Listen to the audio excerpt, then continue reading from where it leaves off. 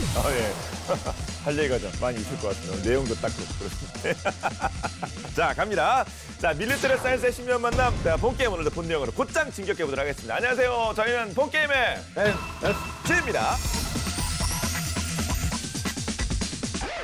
자, 오늘의 주제 영상을 통해서 확인하겠습니다. 와. 전직 방공부서대장 취소. 이게 뭐죠? 아니, 이게 뭐. 아니, 그 현역 힘들 때는 상상하기 힘들었던 게. 예. 어제 산꼭대기에 있었는데, 예, 승전포, 이 오.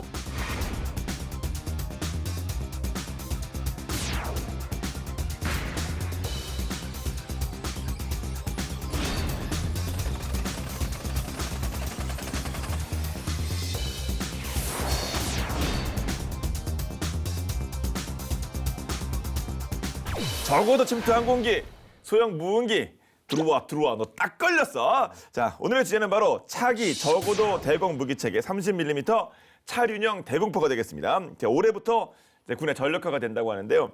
뭐 해외 축구 좋아하시는 분들 우리 작가가 써준 거에 따르면 세계 랭킹 1위 골키퍼 얀 오블락을 영입한 것만큼 든든하다. 뭐 이렇게 얘기를 할 수 있다고 하는데 뭐 모르겠습니다. 저는 누군지. 근데 진짜 든든하다고 합니다. 근데 대공포 진짜 필요한 거 아닙니까? 지금도 그렇고 저 때도 그렇고 지금도 중요하겠죠. 그렇죠. 네. 뭐 요즘 미사일 시대에 뭔 놈의 대공포냐 뭐 이러신 분도 있겠지만 네. 걸프전 보고서 1992년에 미 국방부에서 나온 게 있는데 전투 중에 그 미 군용기들이 손실된 게 총 38대인데요. 그중에 37대가 대공포라든지 각종 지대공 미사일에 당한 것으로 파악이 됐고요. 미사일은 아무래도 비싸잖아요. 대공포는 상대적으로 좀 저렴한 비용으로 확보를 할 수 있으니까 이제 그런 면에서 이제 대공포에도 관심을 갖는 거고, 특히 우리는 아시다시피 이 산악지형 아닙니까? 그러면 소위 이 계곡을 따라서 저공 침투하면 잡기가 어렵죠. 그쵸, 예. 우리 보통 레이더 사이트들 보면 높은 산 위에 올라가 있으니까 이 계곡 사이 같은 데는 일종의 이제 사각지대 비슷하게 돼 있는데, 이제 그런 공백을 메우기 위해서라도 이 대공포는 상당히 필요하고 이제 중요한 존재다고 말씀드릴 수가 있죠. 네. 그 대한민국 연구가 이제 새로운 골키퍼에 대해서 살펴볼 텐데 30mm 차륜형 대공포. 자, 개발 진행 사항 좀 설명해 주신다면요. 일단 뭐 차륜형 대공포 하면은 이제 무한 궤도가 없는 이제 바퀴로 굴러가는 일반 차량처럼 그런 걸 말하는 거죠. 보시다시피 네. 예, 혹시 여덟 개. 모르시는 분들을 위해서 그러네요. 예. 예, 차륜형 대공포라는 건 저런 걸 말하는 건데 거기 또 빠지자고 삽도 있습니다. 군대에서 삽은 예, 중요하죠. 근데 삽이 빠져서는 안 매우 되죠. 중요하죠. 야, 이거 가장 필요한 삽이 있네요. 예. 30mm 차륜형 대공포는 정부 투자 업체 주관 개발 사업으로 2015년 6월부터 2019년 5월까지 48개월 동안 개발이 이루어졌고요. 하나 디펜스가 체계 종합업체로 개발을 담당했고, 주식회사 한화, 한화시스템, LIG 넥스원, 현대로템, S&T 중공업 이렇게 협력업체로 개발에 참여를 했고, 그 외에 중소협력업체가 이제 200여 개사가 참여를 한 95% 이상의 국산화율을 달성한 그런 기종이고요. 2018년 1월부터 12개월간 운용 시험 평가가 이루어졌고요. 군의 요구 기준을 모두 충족을 해서 2020년 1월 방위사업추진위원회에서 최초 양산 계획이 확정, 6월 24일에 2,500억 원 규모의 계약이 이루어졌습니다. 예. 올해 2021년에 이렇게 전력화. 야, 6, 7년 이거 엄청 빠르게 진행된 거 아닙니까? 이 흐름이요? 그렇죠. 근데 이게 이제 가능했던 것이 궤도용 K30 비호 그리고 비호 복합 이 개발 경험이 있고요.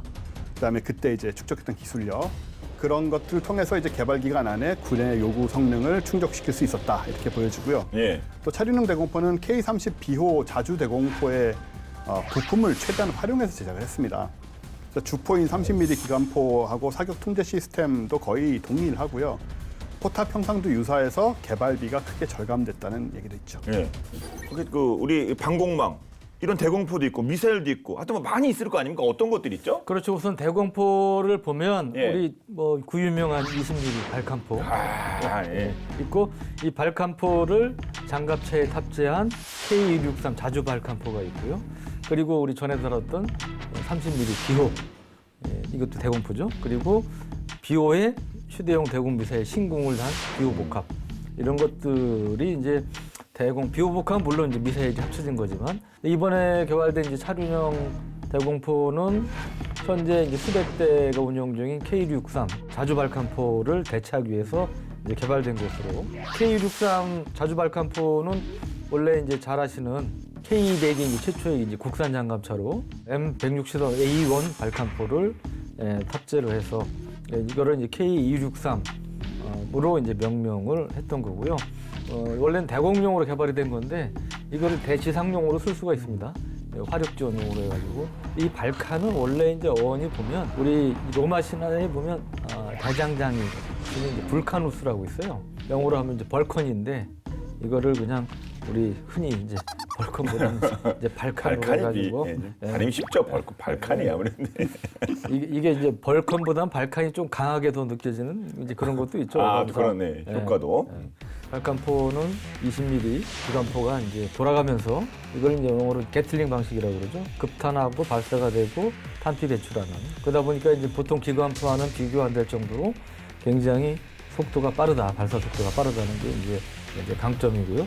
분당 뭐 3,000에서 많게는 6,000발까지 발사할 수 있는 그런 능력을 이제 갖고 있죠. 근데 이제 발칸이 약점이 있는데 뭐냐면 밤눈이 어두워요. 밤눈이 어두워. 예. 그러니까 이게 야간 사격이 안 되는 거예요. 우리 80년대 도입을 하다 보니까 오래돼가지고 그래서 이에 대한 이제 대체 필요성이 제기가 된 거죠. 네. 네, 그러면 기존에 우리가 이제 사용하고 있는 K263 이 발칸포 체계와 확연히 다른 점이 화면 보니까 이때야 무슨 포도 하나 더 달렸고 이제 뭐 바퀴도 다르고 하는데 어떤 부분이 업그레이드됐는지 좀 상세히 설명해 주시죠. 우선 포 구경이 발칸은 구경도. 20mm인데 네. 비호는 30mm잖아요.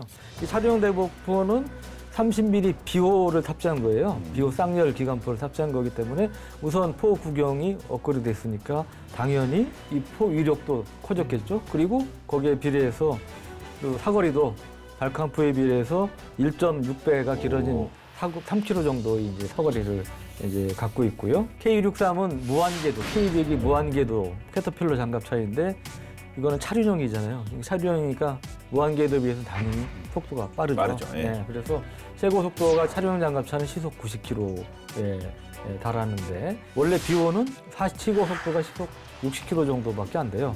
근데 그에 비해서는 50% 정도 속도가 더 이제 빨라진 거고요. 시가전이라든지 이런 고도의 기동력을 요하는 이런 전장 환경에서 유리할 수 있다.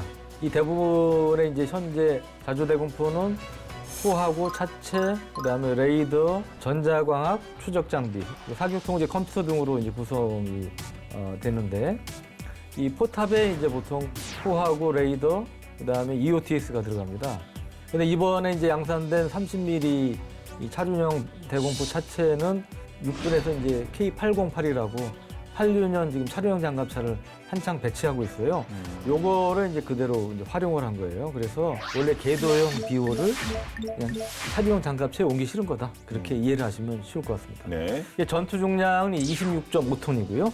그리고 이 표적을 추적할 수 있는 최대 거리는 7km, 그리고 포의 사정거리는 3km가 되겠습니다. 비호도 있고 비호 복합도 있는데 이런 차륜형 대공포를 추가로 개발하게 되는 거는 어떤 이유가 있을까요?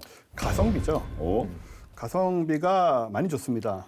그래요? 이 30mm 차륜형 대공포의 대당 양산 가격이 비호의 절반 이하이기 때문에 오늘 어떻게 반으로 줄였죠?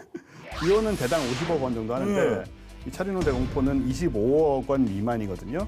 그러니까 이제 2,500억 원 규모의 양산 계약을 했다고 말씀드렸으니까 이제 100대 이상을 생산할 수 있는 상황인 거고요. 예.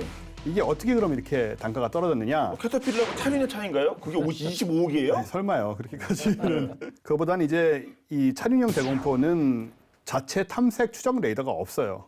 대신에 C2A 시스템을 통해서 수신한 표적 정보를 이용해서 표적을 조준하고 공격하는 그런 방식이라 가격이 싸집니다. 추적 레이더가 없다고? 근데 너무 결정적으로 뺀 거 아닙니까? 가격을 낮추는 건 중요하지만 C2A? 예, C2A가 C2A. 뭔데 그걸? C2A는 Command, Control and Alert의 약자인데 방공 자동화 시스템이죠. 우리 군의 모든 방공 탐지 자산을 하나의 네트워크에 묶는 건데 공군의 장거리 레이더나 E737 조기 경보기가 수집해온 데이터들을 이제 중앙 방공 통제소로 보내는 것은 물론이고 육군의 적어도 탐지 레이더나 국지 방공 레이더가 탐지한 데이터는 모두 하나의 네트워크 안에서 실시간으로 공유가 되는 겁니다. 그래서 공유된 정보를 이제 각 군단의 방공대대 대대 통제기, 이게 C2인데 여기에다가 이제 전송을 하는 거죠. 그리고 이 대대 통제기가 표적의 위치, 이동 방향, 고도 등을 종합적으로 판단해서 표적을 가장 효과적으로 공격할 수 있는 대공포 포반이나 지대공 미사일 포반의 표적 정보와 공격 명령을 자동으로 전파를 하게 됩니다. 그래서 각각의 대공포는 값비싼 레이더나 적외선 센서 등을 개별적으로 갖출 필요가 없고 그래서 가격이 저렴해지는 거죠. 이 정보들을 유무선 연동만 돼서 정보만 받으면 효과적으로 바로 공격을 할 수가 있는 시스템이 되는 거고요. 그러니까 이렇게 보시면 돼요. 이제 컴퓨터를 사용하는데 우리 컴퓨터를 제대로 쓰려면 사실은 컴퓨터 안에 뭐 모든 게 다 들어있어야 되잖아요. 근데 터미널 같이 쓰면 서버에 있는 자원을 끌고 와가지고 클라우드 뭐 이런 것처럼. 그렇죠. 그런 식으로 그런 식으로 활용하는 거라고 약간 비슷한 개념이라고 생각하시면 되고 그래서 가격이 싸지고 그래서 이제 육군은 이미 구축에 들어간 이 C2A하고 그 올해부터 배치되는 차륜형 대공포의 전력화를 종합적으로 2025년까지는 마치겠다 이런 계획입니다. C2A 필요한 것들은 지원받을 건 받고 또 직접 장착해야 될 거는 화력이나 기동적으로 더 보강을 하고 야 이거 진짜 기가 막히게 생각한 건데 진짜 무슨 기름기 쫙 뺐는데 육즙은 제대로 가두는 그런 뭐 로스트 치킨 그런 느낌으로 이거 대박인데요 얘 아주 이거. 일종의 중복 투자를 피할 수 있는 그러니까요. 그런 거고요. 예. 그러니까 보면 이거 자체 탐색 추정 레이더가 없기 때문에 일단 레이더를 쏘지 않잖아요.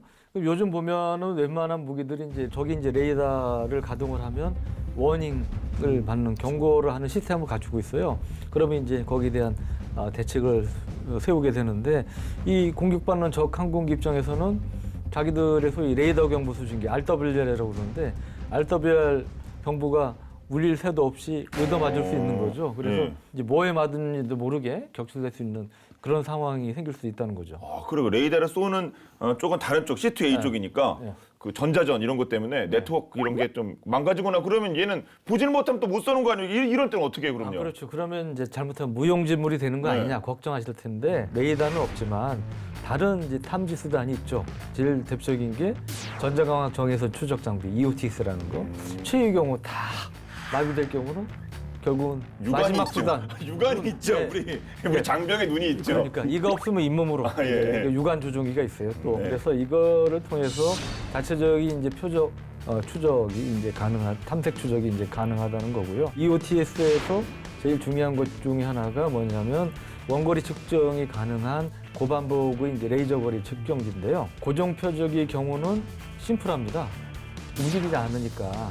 레이저가 사실은 빠른 속도로 왔다 갔다 이렇게 하면서 할 필요가 없는데 이 비행기는 움직이는 표적이잖아요. 적 비행기는. 그러니까 상당히 빠른 속도, 고반복으로 소위 얘기하는 고반복의 그런 레이저 거리 측정기가 필요한데 그전에 레이저 거리 측정기는 다른 건 다 국산화가 됐는데 요거는 이제 국산화가 안 돼 있었어요. 근데 이번에 차륜형 대공포를 개발하면서 이 EOTS도 하나 시스템에서 대부분을 국산화했다고 합니다. 그러니까 물론 일부 핵심 부품은 이제 외국에서 수입하는 것도 있지만 아주 상당 부분을 이제 국산화하는데 성공했다고 그러고 이 국산화를 통해서 이 수입하는 거에 비해서 가격을 무려 3분의 1 수준으로 낮췄다고 그래요. 장비들을 활용을 해서 발칸포보다 명중률이 무려 4배 정도나 향상이 됐다고 합니다. 와, 발칸포보다 4배 정확한 이 새로운 이 포 스펙 좀 알려주세요. 30mm 기관포 이문이 장착이 되는데요. 네. 오리콘사에서 개발한 30mm KCB 기관포를 라이센스한 KKCB. 그러니까 맨 앞에 K는 적어도 코리아라는 것을 연상할 수 있죠. 뒤에 두 번째 K는 아닌 것 같지만 KKCB 기관포인데 이게 이제 20년 전에 개발 처음 할 때는 이 송탄 장치가 유압식이었어요. 유압식이란 거는 이제 안정적이긴 한데 정밀하게 좀 컨트롤이 좀 어려운 부분이 있죠. 근데 이제 포 발사 속도는 발사할 때 이제 완전히 일정하지 않으니까 더 빨라지기도 하고 이건 뭐 화학적으로 이제 움직이는 거다 보니까 그래서 송탄 장치하고 이제 포의 발사 속도가 맞지 않으면 이제 재밍이 생기잖아요. 이런 부분들이 있기 때문에 이걸 최소화하기 위해서 하나 디펜스에서 전기식 모터를 적용하게 됩니다. 유압을 떼버리고 포 발사 속도가 탄 공급 속도에 실시간으로 피드백이 돼요. 그래서 이제 상호 속도 차가 최소화할 수 있는 그런 지점을 구현을 한 거죠. 총알이 빠져야 되는데 안 빠지면 그게 재미가 아닙니까? 그렇죠. 뒤에 또 들어가니까 그걸 맞춰주는 게 중요하겠네요, 진짜. 얘가 빨리 나가는데 얘가 늦게 들어오거나 얘가 늦게 나가는데 얘가 빨리 나오면 다 재밍이 되는 거니까 그러게요, 요걸 이제 맞춰주는 건데 사격 간에 이제 포 사격, 뭐 노리쇠 전진 후퇴 동작을 하게 되지 않습니까? 실사격발 수와 간격이 이제 그 상황에서 이제 센서에 입력이 됩니다. 그럼 센서 신호가 이제 전기 이제 신호로 변환이 돼가지고 이게 이제 송급탄 증폭기로 들어가면 거기에서 이걸 계산을 하죠. 그래서 지금 포가 어느 속도로 나가고 있다는 걸 실시간으로 계산한 다음에 거기에 맞춰서 모터의 이제 속도만 위치를 제어해서 송탄 속도를 조정하기 때문에 서로 쫙 연동돼서 서로 간의 피드백에서 돌아가게 만드는 그런 시스템이라서 재밍에는 아주 효과적이죠. 예. 펀치력은 어떻습니까? 파괴력 궁금한데요. 중요한 게 또 그 파괴력이죠. 예. 네. 아까 말씀드렸지만 30mm 대공포 2개를 달고 있는 건데 이게 분당 발사 속도가 600발이에요. 두 가지 탄을 주로 활용을 하는데요. 하나는 이제 HEI라고 불리는 고폭도 2탄, HIT라고 불리는 고폭도 예광탄을 이제 사용을 하는데 직격 방식으로 이제 표적을 타격을 파괴를 하고요. 소위탄 한 데서 이제 느끼셨겠듯이 불을 붙이는. 명중되면 표적에 불을 붙이는 거예요. 어떤 용도냐면 항공기에 보면 이제 연료 탱크가 있잖아요. 그래서 이제 그런 것들을 통해서 이 연료 탱크의 유폭을 유도하기 위한 그런 목적으로 해서 이제 소위탄을 활용을 하는 거고요. 그리고 풍산이 개발한 탄약이 있는데 30mm 전방 비산 탄약이란 걸 쓰는데 영어로는 Advanced Hit Efficiency and Destruction의 약어인데 아주 뭐 약어도 보면 어헤드 그냥 딱 이해하기 쉽게 이렇게 돼 있는데 이 어헤드 탄은 이제 정밀 시한 신간을 활용을 해서 표적의 앞쪽 한 5에서 10m 그 앞쪽에서 이제 폭발을 합니다. 그러면 화살처럼 생긴 60에서 150개의 텅스텐이 표적을 향해서 좁은 각도로 앞쪽으로 터지도록 돼 있습니다. 그러니까 집중적으로 정확하게 표적을 타격할 수 있는 이러한 이제 특징을 이제 갖고 있죠. 360도 퍼지면 이게 파편이 뭐 300개든 400개든 효과가 떨어지잖아요. 아무래도. 그런데 이거는 이제 집중이 된다는 이제 그런 이제 장점이 있고 그래서 한 발로도 정확하게 확실하게 표적을 파괴할 수도 있다. 그러니까 결과적으로 써야 될 포탄이 줄어드는 거니까 비용도 당연히 절감할 수 있는 거죠. 하지만 뭐 전술기, 뭐 헬기 이런 게 빨라가지고 대공포 이게 잘 맞을까? 솔직히 뭐 그런 생각하시는 분도 계실 것 같은데 아무튼 뭐 예나 지금이나 뭐 대공포 정말 필요하고 그런 거 아니겠습니까? 그렇죠. 한때 뭐 대공포 무용론도 있었지만 대공 기관포 이렇게 공대공 전투에 있어서도 기관포가 필요 없다. 미사일만 있으면 된다. 그런 시절이 있었죠. 베트남전 때. 근데 베트남전 때 팬텀기가 기관포 없이 갔다가 미국에 계속 근접전에서 당했죠. 공대공에서도. 네, 그래서 맞아요. 공대공에 그래서 이제 그 공대공 기관포 전투기 기관포를 다시 단 그런 역사도 있는데 대공포의 경우도 마찬가지. 없으면 이제 공백이 큰 미사일이 다 모든 거를 커버할 수 없다는 거죠. A10기 같은 경우 이제 30mm 유명한 게틀링건을 장착을 하고 있고 이 30mm 포는 경정차까지 파괴할 수 있는 그런 위력을 갖고 있는데 이런 것들 사격을 한다든지 우리 전에 다뤘던 AC-130이 하늘에서 이 포탄의 비를 퍼부으면 이런 것들을 대응하기 위해서 사실은 미사일 외에 대공포의 필요성이 사실 굉장히 절실해질 수 있는 거고요. 그래서 공군에서는 대공 미사일 포대 진지 외에 사실은 대공포 진지도 굉장히 공격이 우선순위를 높게 두고 있는 이제 그런 상황입니다. 영상 하나 지금 준비된 거 보시면 지금 이게 대공포가 이제 발사되는 이제 그런 모습들인데 포탄이 보면 일직선으로 나가지 않고 휘어지는 경우도 있고 다양한 각도로 날아가잖아요. 우리가 상상하면 쏘면은 쭉 똑바로 끝까지 똑바로 나가야 되는데 뭐 분산되는 이제 그런 경우도 있는데 이게 이제 일반적인 현상이고요. 그래서 실제로 수천 발, 수만 발의 대공 기관포, 기관총을 쏴도 사실은 움직이는 3차원 공간을 움직이는 전투기를 맞추기는 쉽지 않다는 거죠. 그래서 2차 대전 때 보면 대공포를 엄청난 뭐 수천 발, 수만 발에서 탄막을 구성해도 실제로 거기에 명중되는 경우는 많지 않았습니다. 그래서 이 레이더를 활용한 이 자동 대공포도 등장을 했는데 그렇게 한다 하더라도 아까 말씀드린 그런 현상 등등으로 인해 가지고 이 100발을 쏴도 사실 실제 표적에 명중하는 것은 몇 발이 안 된다. 한 발이라도 맞으면 대박 아니고 솔직히 100발 쏴가지고 돼요. 네. 그만큼 어렵다는 거죠, 사실은. 그렇죠. 옛날 이제 사실 기관총탄 같은 경우는 여러 발 맞아도 네. 적기가 작전하는 데 있어서 큰 어려움이 없는 경우도 있고 그런데 예를 들어 30mm 탄 이상 되고 그러면 상당히 큰 손상을 끼칠 수 있는 거죠. 사실 우리 오늘 얘기하는 차류형 대공포라든지 이런 경우도 마찬가지고요. 그래서 이런 그 대공포의 경우 기류라든지 뭐 이런 것 등 때문에 변수가 여러 가지 생길 수 있다. 그런 것도 좀 염두에 둘 필요가 있겠습니다. 네. 우리 파리채 이만한 걸로도 작은 파리 하나 날아다니는 거 잘 못 맞춰요. 아, 그러게요. 벽에 붙어야지 잡는 거지. 맞죠. 전기 모기채 있잖아요. 이거 찍 대는 거 그거 맞히기도 어렵습니다. 잘안 잡기 됩니다. 어렵습니다. 그거 날아다니는 진짜. 건 정말 예. 잡기 힘들어요. 맞아요. 게다가 연발로 쏘려면 대공포 구경이 더 작아져야 되거든요. 왜냐면 연발을 막 많이 쏴야 되니까. 이게 근데 구경이 작아지면은 이제 질량이 작아지니까 운동 에너지 손실이 크고요. 그러다 보니까는 맞아도 충격도 덜하겠지만은 가다가 바람이라든가 외부 영향을 많이 받아서 조준이 잘 안 되죠. 그래서 말씀하신 대로 대공포는 목표를 맞추는 것이 목적이라기보다는 굉장히 많이 쏴가지고 화망을 형성을 해서 그물을 펼친다라는 개념인데 그래도 사실 안 맞죠.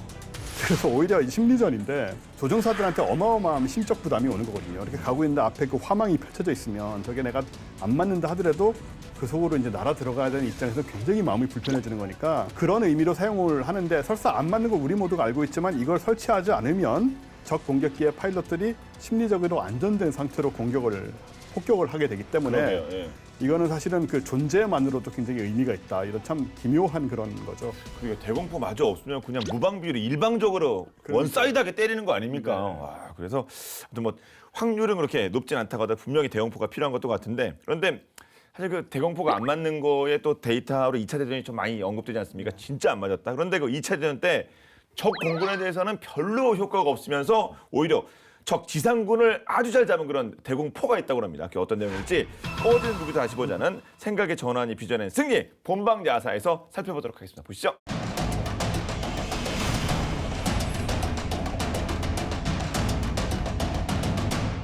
몸이 그렇게도 좋냐 멍청이들아 멍청아 먹으니 그렇게도 예쁜 이 바보들아 바보야. 독보적인 목소리를 뽐내는 가수들 옆에서 독버섯 같은 목소리로 대한민국을 준며들게 한 이 남자 개그맨 김혜준 아니죠 카페 사장 최준 씨입니다. 배꼽대 같은 매력으로 방송가는 물론 광고계까지 평정하며 뜨거운 사랑을 받고 있죠. 그야말로 본캐보다 핫한 부캐 인기. 그런데 무기의 세계에서도 본캐보다 부캐로 주목받는 녀석이 있다는데요. 독일군의 88mm 대공포가 그 주인공입니다. 특이하게도 대공포에서 대전차포로 변신한 후 맹위를 떨친 건데요. 자신의 운명을 거스르고 전차 격파왕이 된 대공포의 사연 지금 시작합니다.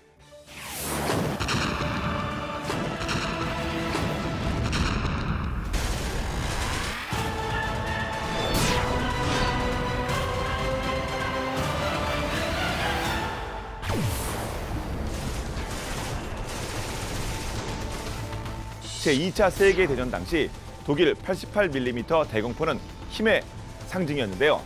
위력 하나만은 정평이 나 있었고 누구든 부딪혔다 하면 상대의 KO 패는 확실했죠. 물론 부딪혔을 때 이야기입니다. 이로부터 연합군 사이에서는 이런 우스갯소리가 있었으니 한 사형수를 교회 첨탑에 묶어두고 독일군에게 대공포를 쏘게 해보아라. 사흘 뒤 사형수는 죽어있을 것이다. 왜? 굶어서 라는 것이었죠. 미군 파일럿들 선을 아주 세게 넘는데요. 하지만 자존심을 건드리는 연합군의 조롱에도 독일군은 입을 다물 수밖에 없는 이유가 있었습니다. 실제로 88mm 대공포의 명중률이 형편없었기 때문이었죠. 과거 독일군 대공포 사령부의 계산에 따르면 폭격기 한 대를 격추하기 위해서는 평균적으로 약 3,343발의 대공포탄이 소비됐다는데요. 이 소비량을 돈으로 환산한다면 무려 27만 마르크에 달했습니다. 그 돈이면 전투기 3대를 생산하고도 남는 어마무시한 액수. 차라리 전투기를 사서 싸우는 게 낫지 않나 싶은 수준인데요. 아무튼 위력 하나만큼은 보증수표였지만 현저히 낮은 명중률 때문에 대공포로 이름을 날리기는커녕 비웃음의 대상으로 전락하고 말았죠. 사실 이 대공포는 어떠한 명중률을 기대하고 쏘는 그런 형식은 아니었는데요. 일정 지역을 설정한 후에 그곳에 수백 문의 대공포를 배치해놓고 화망을 구성하는 방식으로 적들을 공격했습니다. 독일군 입장에서는 일제히 쏟아보면 뭐라도 얻어걸리는 게 있겠다 싶은 거였죠. 맞으면 땡큐, 안 맞아도 어쩔 수 없다 그런 식이었는데요. 아니 항공기가 땅에 붙어있는 애들도 아니고 공중에서 요리조리 막 도망다니는데 운빨로 격추시킨다는 게 뭐 쉬울 리가 있겠습니까? 그렇게 힘만 센 녀석이라고 활씨봤던 이 대공포가 꽃길을 걷게 된 건 독일의 전쟁 영웅으로 불리는 에르빈 롬멜 장군을 만나서부터였는데요. 롬멜은 빠른 전술적 판단으로 변화하는 상황에 신속하게 대처해 적을 혼란에 빠뜨리는 데 일가견이 있었습니다. 독일의 88mm 대공포는 수평보다 낮은 마이너스 각도로도 포신을 내릴 수 있기 때문에 고주에서 낮은 지대에 탱크도 조준 사격할 수가 있었던 거였죠. 일찍이 88mm 대공포의 가능성을 알아본 롬멜은 항공기 킬러용이었던 이 녀석을 전차에 붙여버리기로 합니다. 지금은 간단해 보이는 이 발상의 전환이 당시에는 대단했는데요. 고정관념을 깬 롬멜의 선택은 프랑스 침공작전에서 기발한 공격으로 이어졌고 무려 152대의 연합군 전차와 151곳의 벙커를 격파했죠. 하늘을 상대하다가 땅에서 노니 이건 뭐 식은 죽 먹기. 화망을 구성해 상대를 때리는 공격 방식 허점도 땅에서 싸울 땐 크게 문제가 되지 않았습니다. 이 기대를 몰아 88mm 대공포는 아프리카 전선에서 더욱 빛을 발했으니 오죽하면 아프리카 주둔 영국군 장교가 이를 보며 항공용 무기를 전차에 사용하는 건 반칙이라고 했겠습니까? 그 정도로 사기캐? 아니 사기템이었던 거죠. 하지만 원래 용도가 대공포였기 때문에 대전차포로 사용하기에는 적합하지 않은 부분도 있었습니다. 체구가 높아서 적군의 눈에 잘 띄었던 거죠. 그러나 롬멜은 이에 굴하지 않고 땅을 파서 전차들을 매복시켰는데요. 또 군용 자동차에 널빤지를 씹어 위장 전차를 선보이는 등 기만 전술을 펼쳤습니다. 그리하여 롬멜은 대공포와 함께 영국 전차들을 하나 둘 파괴해 나갔죠. 사실 독일군은 당시 소련 침공 작전을 준비하고 있었기 때문에 아프리카 전선에는 소수의 기계와 부대만을 보냈는데요. 상황이 그렇다 보니 영국군에 비해 독일군의 군사력은 상대적으로 열세일 수밖에 없었습니다. 그럼에도 불구하고 롬멜의 뛰어난 전략은 독일군에게 승리를 안겨다 주었고 88mm 대공포 역시 어딘가 헐렁한 본캐에서 강력하고 때깔 좋은 북해 대전차포로 거듭나게 되었습니다. 러시아에서 T-34와 KV-1 등 이전과 견줄 수 없는 괴물 전차가 등장했을 때에도 88mm 대공포는 적에게 맞설 수 있는 독일군의 유일한 대항책이 되어주었죠. 대공포로 태어나 비록 개발 목적과는 다르게 사용됐지만 이로 인해 제2차 세계대전을 평정한 대전차포라는 수식어까지 얻으며 명성을 떨친 셈입니다. 북해인 대전차포로 화려한 플레이를 보여준 대공포의 이야기가 감명 깊습니다.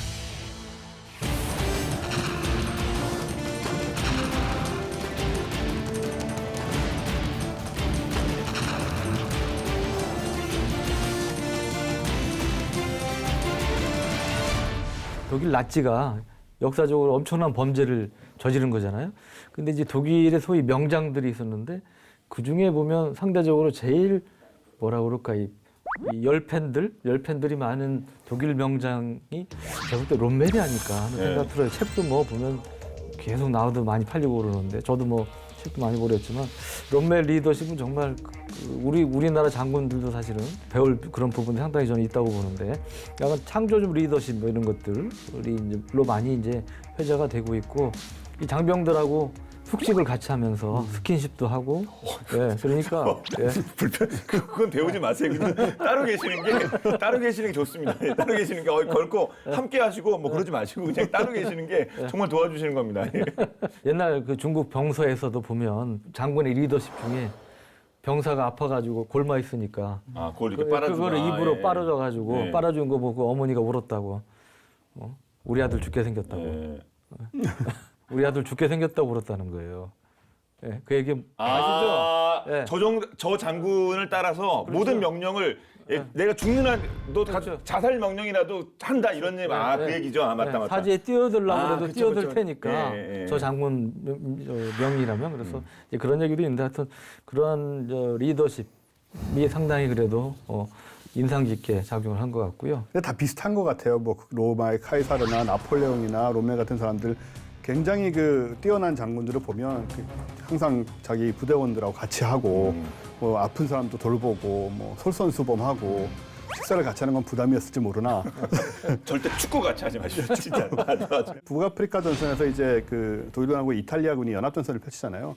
그럴 때도 롬메일이 오면 그렇게 병사들 얼굴이 좋아졌다고. 그러니까 뭐 부담스러운 면이 있을지 몰라도 내가 살겠다. 승리를 하겠다. 게 중요한 거 이기겠다. 아니겠습니까? 그런 게 예, 있으니까 그렇죠. 예. 그랬다고 하더라고요. 예.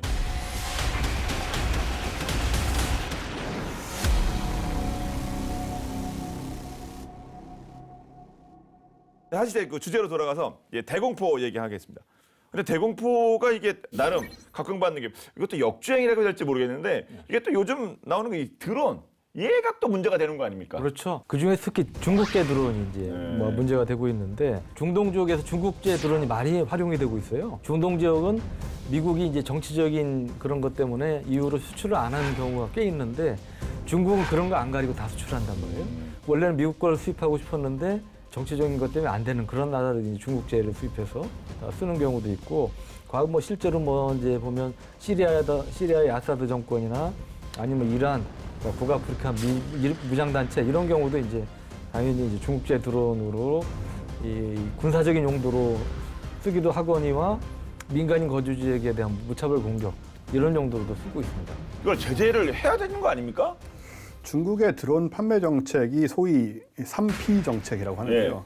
이제 프라이스, 가격, 프라이버시, 비밀 유지, 그리고 프로덕트, 제품 이렇게 얘기를 하는데, 이건 무슨 얘기냐면은 파격적인 가격으로 팔면서 구매자 신원을 보장해주고 신분을 숨겨준다는 얘기죠. 그리고 제품의 성능도 확실하다 이런 의미라고 하더라고요.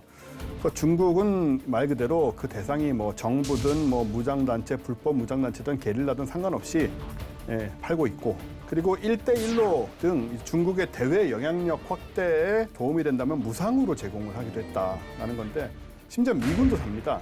아 그래 중국제 예. 군사용이 될 수 있는 거 미군이 사요? 작년 11월에 중국산 드론을 퇴출한다고 해놓고서 예. 여기 다수의 제품을 구매한 것으로 드러났는데, 그 월스트리트 저널이 미 공군 특수전 사령부가 2020년 9월에 중국의 다장 이노베이션 DJI, 이거는 뭐 시중에도 파는 회사라 아마 들어보신 분도 많을 거예요. 그렇죠. 뭐 짐벌이나 아니면 액션캠으로도 꽤 유명한데. 예, 그렇습니다. 네. 뭐 드론은 말할 것도 없죠. 예, 여기에서 나온 이 드론 57대를 샀다고 보도를 한 거죠. DJI는 중국 선전에 본사를 둔 세계 최대의 드론 제조 회사인데, 이 보도에 따르면은 이 새로 산 DJI 제품들은 미국과 동맹국들을 겨냥해 어떻게 사용할 수 있는지, 또 이들 드론을 어떻게 퇴치할 수 있는지, 그러니까 적을 알자 뭐 이런 의미인 것 같아요. 그렇군요. 예. 거기에 관해서 미 공군 테스트와 훈련에 사용될 예정이라고 하는데, 어쨌든 간에 적을 알겠다고 하는 입장에다가 이걸 또 팔았다는 것도 예. 참 묘한. 예. 자, 우리 무기를 봐라. 이거를 퇴치할 방법을 찾아볼래, 네가? 네. 아까 프라이버시 얘기했잖아요. 그러니까 누구든 판다 이거 아니에요. 누구든 파는 거 보정해. 근데 심지어 자기네 무기를 역설계를 할 수 있는 건데 그 미군한테도 팔아. 진짜 그 원칙을 철저하게 지키네요. 그렇습니다. 정말 비즈니스에는 와 진짜 대단한 분들입니다. 미군에게 팔면 안 될 거 아닙니까? 미군에게는. 근데 야 상관없이 팔고 있다는 거. 예, 프라이버시 프로덕트에서 프라이버시를 얼마나 잘 지키는지 그냥 돈 달래면 미군한테도 파는군요. 네. 또 뭐 가성비도 좋고 그러니까 미군도 이제 구입하기도 또 좋고. 그러게요. 예. 근데 그 드론 이야기 남의 얘기만은 아니잖아요. 그렇죠. 우리 같은 경우 이제 북한 드론 위협이 부각된 적이 있죠. 기억하시겠습니다만 벌써 7년이 됐네요. 2014년에 북한의 소형 무인기가 뭐 청와대 상공을 비행해서 사진을 찍었다 해가지고 그때 상당히 큰 파문이 일었었는데, 네. 그 뒤에도 뭐 성주 싸드기까지 내려가서 사진 찍고 이런 것들이 이제 확인되기도 하고 그랬는데, 이 소형 무인기들이 이제 등장하면서 사실은 드론 탐지 레이더와 함께 드론을 격추하기 위한 수단에 대한 고민을 많이 하게 됐고, 바로 이런 비오를 활용한 대공포가 회자가 많이 됐고요. 실제로 군에서도 많이 심각하게 검토를 해서 도입이 된 그런 요인 중에 하나가 됐고요. 네. 그리고 또 하나 우리가 이제 눈여겨봐야 될 게 수출 문제입니다. 그러니까 아까 중동 지역에서는 실제로 드론에 의한 피해, 물적 인적 피해가 발생하고 있잖아요.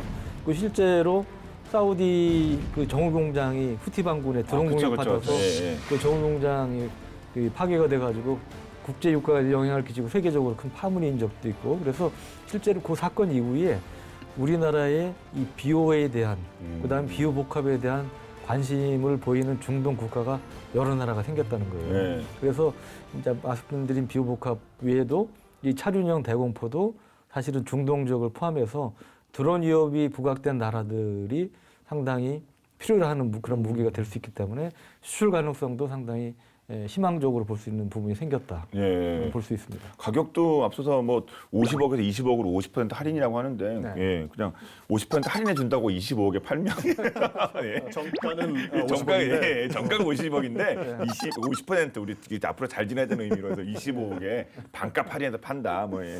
아 이렇게 해서 많이 수출이 됐으면 좋겠습니다. 근데 사실 드론 외에도 이 저고도 항공기 사실 제가 소대행할 때 이 저고도 항공기 뭐 다 AN2기 잡으려고 저도 그 삼국대기에 있었는데 그거에도 대안이 될 수 있는 거 아니겠습니까? 그렇죠. 이제 그 사실 이제 북한의 무인기, 네. 무인기 잡는데 일단 우리 이 차륜형 대공포가 상당히 큰 역할을 할 수 있고 그 외에 말씀하신 AN2를 잡는 데서도 AN2 입장에서 사신, 죽음의 신 역할을 할 수 있지 않느냐 그렇게 이제 기대들을 많이 하고 있는데 60년이 넘었습니다.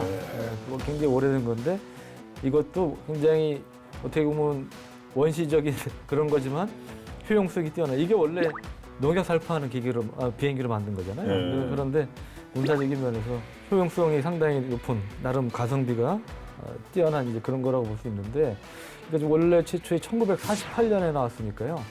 이게 뭐 그렇게 따지면 벌써 70년이 넘은 거죠. 1948년이면은 윤여정 선생님 태어난 6.25 전쟁 2년 전이니까 40년대 후반생이신 걸로 아는데 그쯤에 태어나신데 그러니까 70년이 넘은 네. 정말 그 박물관에 가야 될 그런 비행기인데 지금도 여러 나라에서 활용이 되고 있고 특히 북한에서 아주 이제 광범위하게 적어도 침투용으로 지금까지 유용하게 이제 활용을 하고 있는데 이 특징 중에 하나는 이제 낮게 비행할 수 있다는 적어도 침투 능력, 또 하나는 레이더 피탐 능력이 이제 뛰어나다는 건데요.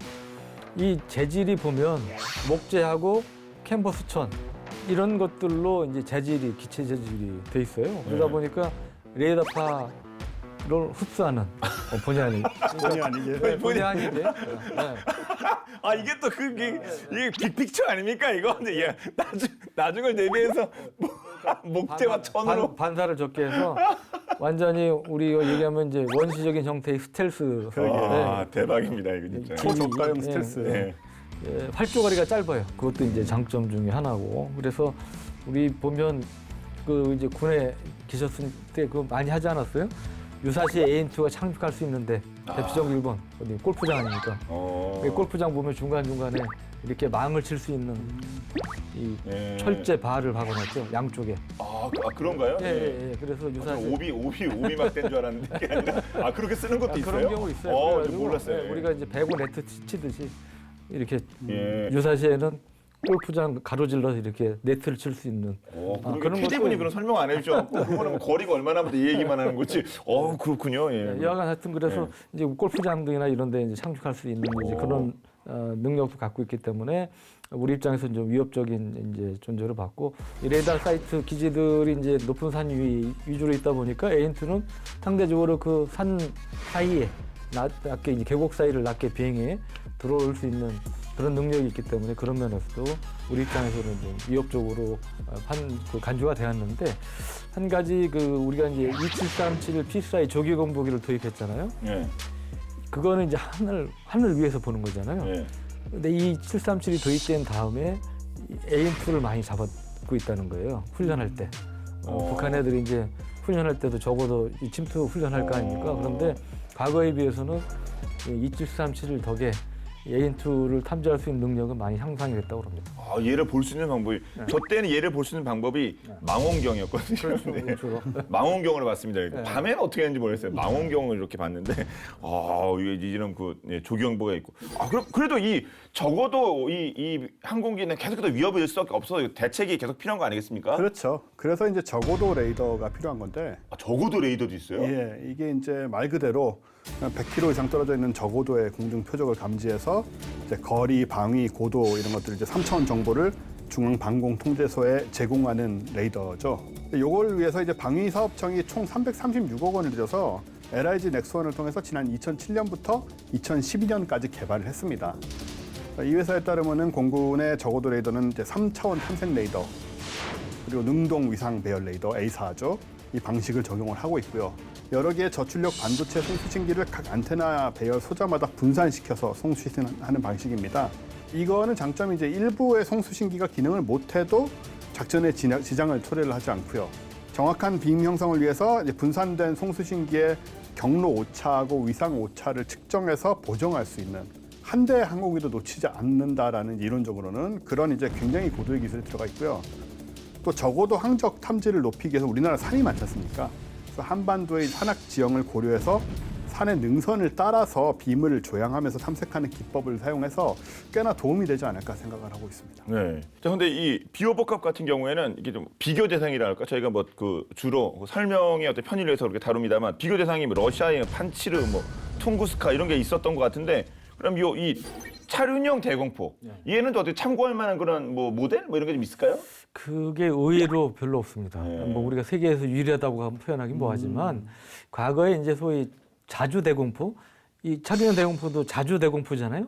스스로 굴러갈 수 있는 네. 그런 능력이 있는 이 자주 대공포의 대명사는 사실은 또 우리 원생님이 좀 또 저기 하실 것 같은데 러시아 쪽에 있나요? 네, 또? 구소련 시절에 개발된 주루카 23-4라고 23mm 기관포 4개를 단 우리 뭐 승전포처럼 네. 4개를 단 이 자주 대공포가 있었어요. 근데 그건 북한도 이제 갖고 있는데 중동용 때도 실제로 사용이 돼서 이스라엘 공공기들을 많이 격추를 했었습니다. 이것도 보면 차륜형이 아니고 무한궤도 캐터필러 장갑차에 장착이 된 그런 형태였고 그래서 차륜형 장갑차의 경우는 사실은 세계적으로 보면 그다지 이렇게 흔하지 않은 이제 그런 경우라고 볼 수 있고 판치르 아까 얘기했을 때 판치르 경우도 일단 대공포하고 미사일이 같이 섞여 있는데 판치르는 이제 무한궤도형과 차륜형 다 있습니다. 다양한 형태가 있는데 미사일이 같이 있기 때문에 또 우리 복합이다. 오늘 얘기하는 차륜형 대공포하고는 또 약간 차이가 있죠. 그래서 뭐 똑같은 거를 얘기하기는 애매한 점이 있는데 약간 이제 바꿔 얘기하면 그만큼 우리가 이제 세계적으로 보면 수출 시장에서도 좀 경쟁력을 가질 면이 있다. 이제 그렇게 말씀드릴 수 있겠죠. 예. 그 전례가 없다는 게 나쁜 것만 아닌 게 우리가 오리지널리티를 가질 수 있는 거 아니겠습니까? 전력 없는 건 아니고 예. 드물다. 이제 드물다. 예, 아주 예. 그렇게. 그럼 진짜 그 수출 같은 경우는 앞서서 뭐 중동 쪽 그런 말씀 하셨잖아요. 네. 요거 한번 본격적으로 추진해봐야 되는 거 아닙니까? 예, 그래서 저도 아까 말씀드렸지만 이 가성비를 따지면 비용이 아까 이제 원래 비오에 비해서 절반 수준이잖아요. 그러니까 원래 이제 비오나 비오복합 가지고 상담을 하던 나라들이 있어요. 그런 나라들이 우리 사실은 성능은 타격력이나 이건 똑같고 근데 값은 절반이야. 뭐 이런 식으로 해가지고 우리가 그러게요. 또 다시 한번 이제 제시할 수 있고요. 옵션으로 해서 중동 또 이제 인도 같은 경우도 굉장히 큰 무기 시장인데 이제 그런 데를 공략할 수 있고 저는 다른 데도 좀 희망적으로 보는 게 이 드론 위협은 전 세계가 아마 다 직면할 겁니다. 네. 그래서 뭐 그 소위 얘기하는 군사 강국은 물론이고 중소국의 경우도 드론 위협이 부각이 되면 예를 들어 각 나라별로 우리 좀 청와대 같은데 비슷한 대통령궁 근처에도 이제 보호하기 위해서 그런 이제 대공포들이 필요할 기동성을 갖춘 대공포들이 필요할 수 있는데 그런 측면에서 적극적으로 세계 시장을 좀 공략할 필요가 있지 않나 그런 생각합니다. 네. 자주국방 플러스 K방사 하면 얼마나 뭐 네. 일석이조 아니겠습니까? 네. 자, 오늘 이렇게 해서 차륜형 대공포에 대해서 자세히 살펴봤는데요. 전반적으로 어떠셨습니까? 한 말씀 부탁드립니다. 일단 우리나라는 특성상 예. 대공포가 좀 중요한 그런 상황이 있다고 봅니다. 뭐 북한도 그렇고 여러 가지로 또 열강의 전투기들이 우리나라 상공을 날아다닐 가능성이 얼마든지 있는 지형이 지리적인 상황이잖아요. 제가 뭐 러시아 좋게 얘기하지만 또 모르는 것이고 그래서 항상 대공포 하늘에서 이제 들어오는 공격에 대해서는 항상 대비를 많이 해야 된다고 생각을 해서 드론이라든가 이런 것도 점점 이제 하늘에서의 공격이 다양화되는 상황인데 세계적으로 활용할 수 있는 그래서 자기 안전을 지킬 수 있는 이런 기술들은 좀 앞으로도 계속 중요할 것 같아서 또 가격도 기왕에 저렴하게 나왔으니까 아까 말씀하신 것처럼 네. 이걸 사기에 부담스러움은 이것도 있다라고 해서 이제 좀 마케팅을 좀 해보는 것도 그렇죠. 좋은 방법이다. 네. 대한민국 기술 좋은 대공포 맛집이다. 거기 가면 뭔가 만족하고 올 수 있다. 이런 뭐 신뢰를 좀 줬죠. 예. 네. 다층 방어망 구축하고 있다고 그랬잖아요. 근데 우리 국산 무기만 해도 천막 대공 미사일 있고 천궁 있고 신궁 있고 비오 있고 비오 복합. 비오도 이제 무한궤도형 그다음에 차륜형 이렇게 나오니까 이게 좀 과잉 아니냐. 소위 북한의 어떤 항공기 위험만을 염두에 둔다면 과잉이다. 이런 지적이 나름 설득력 있게 좀 제기된 면이 있는데 사실 이제 이런 차류형 대공포는 우리 국내에서의 그 사용을 기준으로 한다면 예산의 효율적인 운영을 좀 따져봐야 될 것 같고요. 두 번째는 국내 시장이 한계가 있기 때문에 수출 시장을 적극적으로 좀 공략을 해야 되겠다. 그런 말씀을 좀 드리고 싶습니다. 네. 자, 이렇게 해서 오늘 차륜형 대공포 살펴봤고요. 오늘 본 게임은 여기까지입니다. 사실 본 게임은 국방TV 앱을 통해서 언제든지 활용하실 수가 있으니까 많은 이용 부탁드리겠습니다. 그럼 저희는 다음 주에 더욱더 화끈한 밀리터리 이야기로 돌아오도록 하겠습니다. 네, 지금까지 저희는 본 게임 2의 MSG였습니다. 고맙습니다. 네, 감사합니다. 여기도 뭐 지원 받을 수 있는 거 갖고 액수를 2분의 1, 50% 가격을 낮게 책정했다니 그거보다 좋은 거 아닙니까, 진짜 이거? 그리고 차륜형이 무한궤도에 비해서 융통성이 많아요. 특히 시가전 상황에서 예. 속도도 빠르고